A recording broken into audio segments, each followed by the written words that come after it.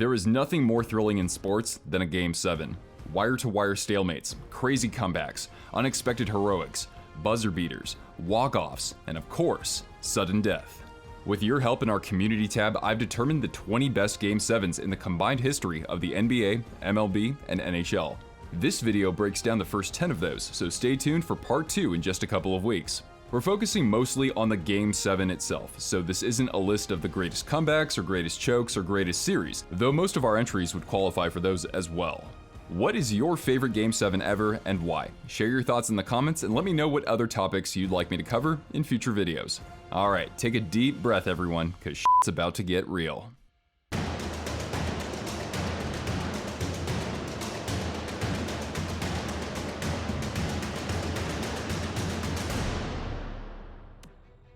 Let's start with a fairly recent Game 7, but an instant classic. LeBron James recorded just the third ever triple-double in a Game 7 finals, but it was his defense that mattered most. Tied at 89 with 150 left, he chased down last year's finals MVP, Andre Iguodala, and swatted away his go-ahead bid. Up for the layup! Oh, blocked by James! LeBron James with the rejection! At the other end, Kyrie Irving drained a three with 53 seconds remaining, capping off a gutsy second half. The Cavs won not only their first championship, but also the first major championship for Cleveland pro sports in 52 years. That by itself is an unforgettable story, but when we add that it came against the best regular season team in NBA history, the 73-win Warriors, and completed an unprecedented comeback in which they were down 3-1 in the series, it lives on as perhaps the best finals and maybe even the best NBA postseason series in this century. No other team has ever come back from down 3-1 in the finals. Now, Isaac responded in our community tab with, "The stakes couldn't have been higher." LeBron had really taken the Cavs fans on a roller coaster of emotions, especially with the decision in 2010. They didn't want his return to Cleveland to be for nothing. 6 years after that, he'd put the Cavs on his back to get them back into the series, averaging 29.7 points, 11.3 rebounds, 8.9 assists, 2.6 steals, and 2.3 blocks, leading all players in each of those stat categories. It's hard to imagine that anyone will ever be able to match that. And to think, Northeast Ohio nearly had 2 championships that year. We've covered this in 2 separate videos already, but it goes to show that it'll go down as one of the greatest stories in sports. The Chicago Cubs ended a 108-year-long World Series drought, defeating the then Cleveland Indians 8-7 in a 10-inning nail-biter. Cleveland valiantly came back from a 6-3 deficit in the 8th, starting their 3-run rally with 2 outs. Then they escaped the top of the 9th with a brilliant play from shortstop Francisco Lindor. But the Cubs' bats stayed hot in the extra inning, striking twice for an 8-6 lead. The Indians rallied for a run and had a tying run at first with 2 outs, but came up just a little bit short of their first World Series since 1948. Bryant makes the play! It's over! And the Cubs have finally won it all!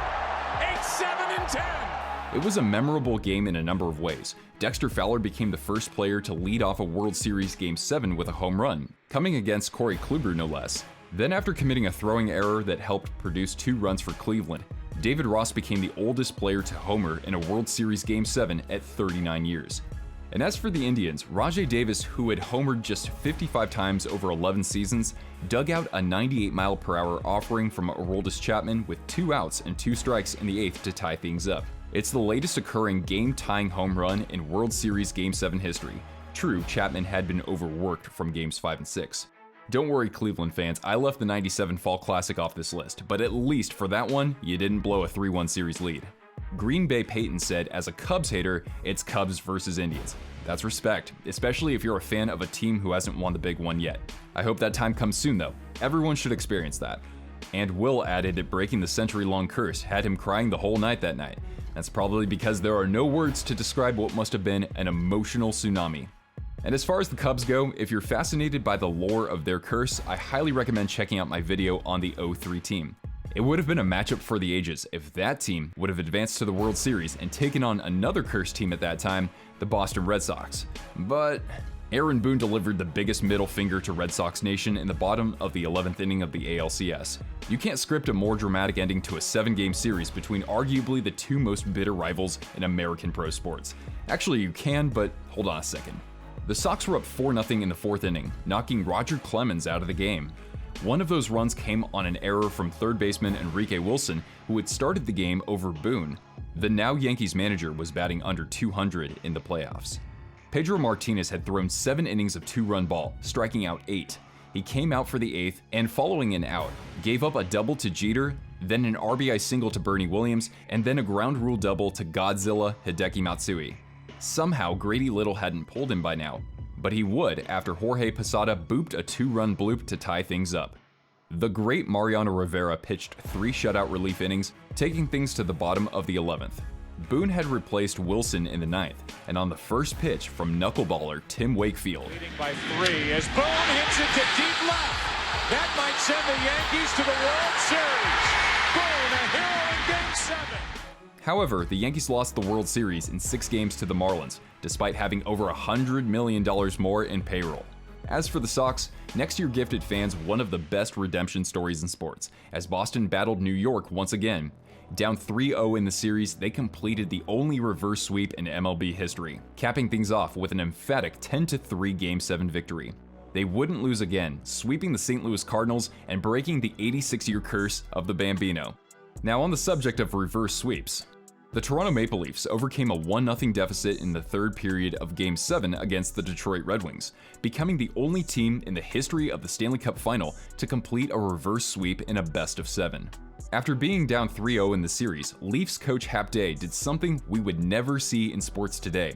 He benched his top-scoring forward and his top-scoring defenseman for the rest of the series. The result? Toronto outscored Detroit in the next 3 games 16-6. Back at Maple Leaf Gardens, in front of a then-Canadian record of over 16,000 fans, the Leafs squandered a 2-man advantage in the first period.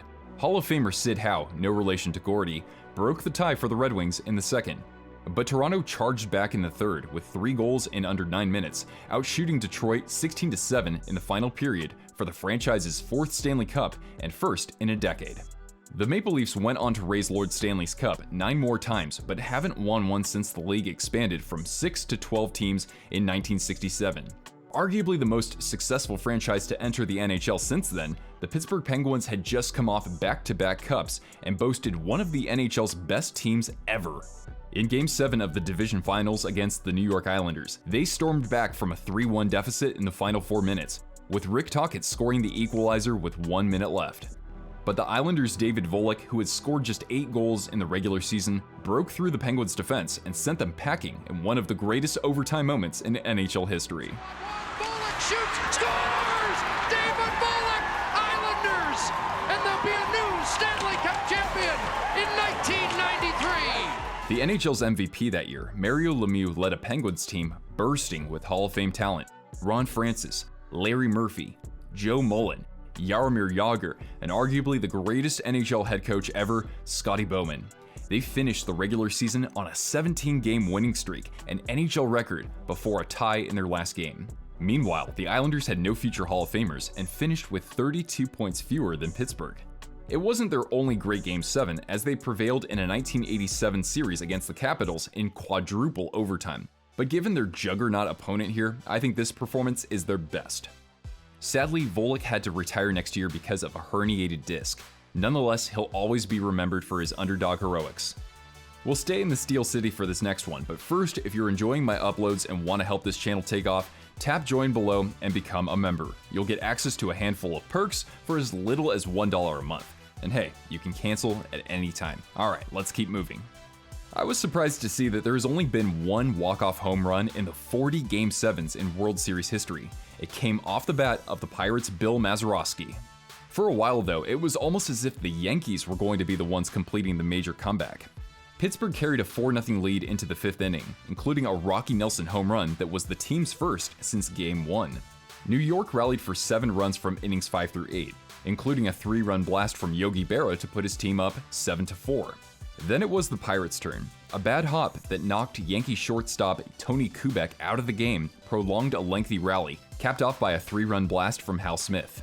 There was no quit for New York as they surged for 2 more runs in the top of the 9th, tying things up at 9. But in the home half, the Pirates' first batter, Bill Mazeroski, came through with one of, if not the greatest, walk-off home runs in the near 150 years of professional baseball.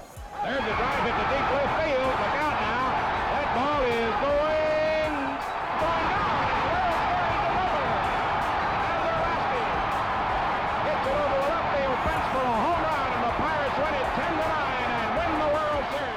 Will we ever see a moment like that again? Will we ever see a playoff game in which neither team struck out a single time, or a series whose MVP, Bobby Richardson, came from the losing side? 1960 certainly makes its case for the best Game 7 and maybe the best World Series ever played. Now let's talk about another surprising first in Game 7s, the buzzer beater.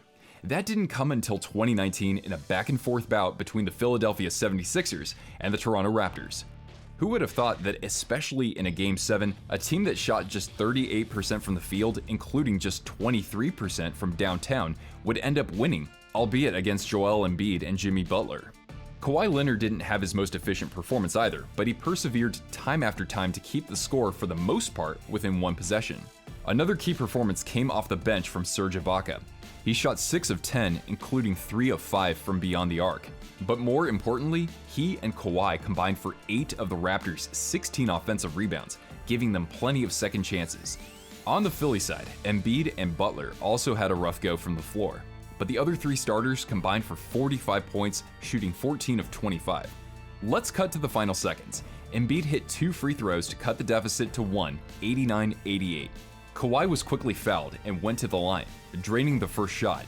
He then missed the second, and with plenty of time, Butler knifed his way through the Raptors' defense and tied it up with 4.2 seconds left. Following a Raptors timeout, Kawhi received the inbound pass and chucked up a shot that got the luckiest of bounces. Is this the dagger?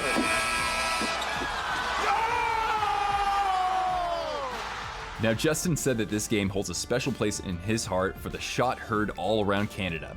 And to think, the best was yet to come as the Raptors won Canada's first NBA Finals and against a Dynasty Warriors team too.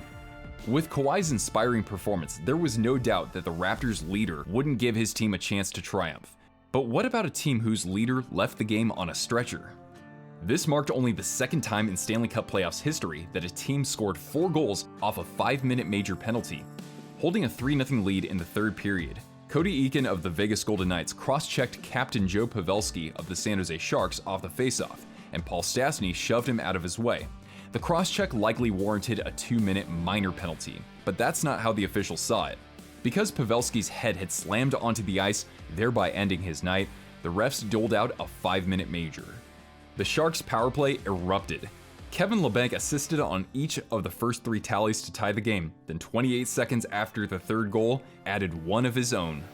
San Jose held on to the lead for several more minutes, until Vegas, with their net emptied, drew even on a goal from Jonathan Marchessault.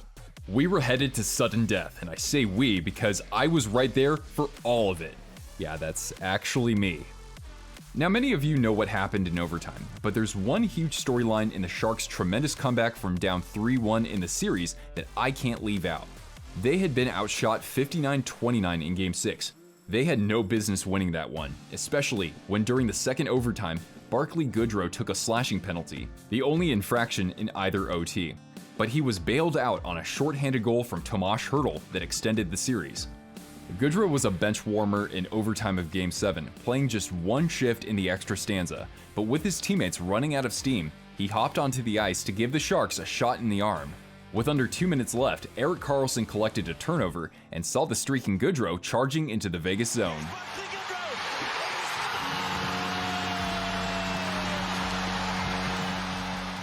The Sharks bowed out in the conference final against the would-be champion St. Louis Blues. As for the Knights, they were off to an unbelievable start as an expansion franchise and would become one of the fastest in recent decades to win a championship.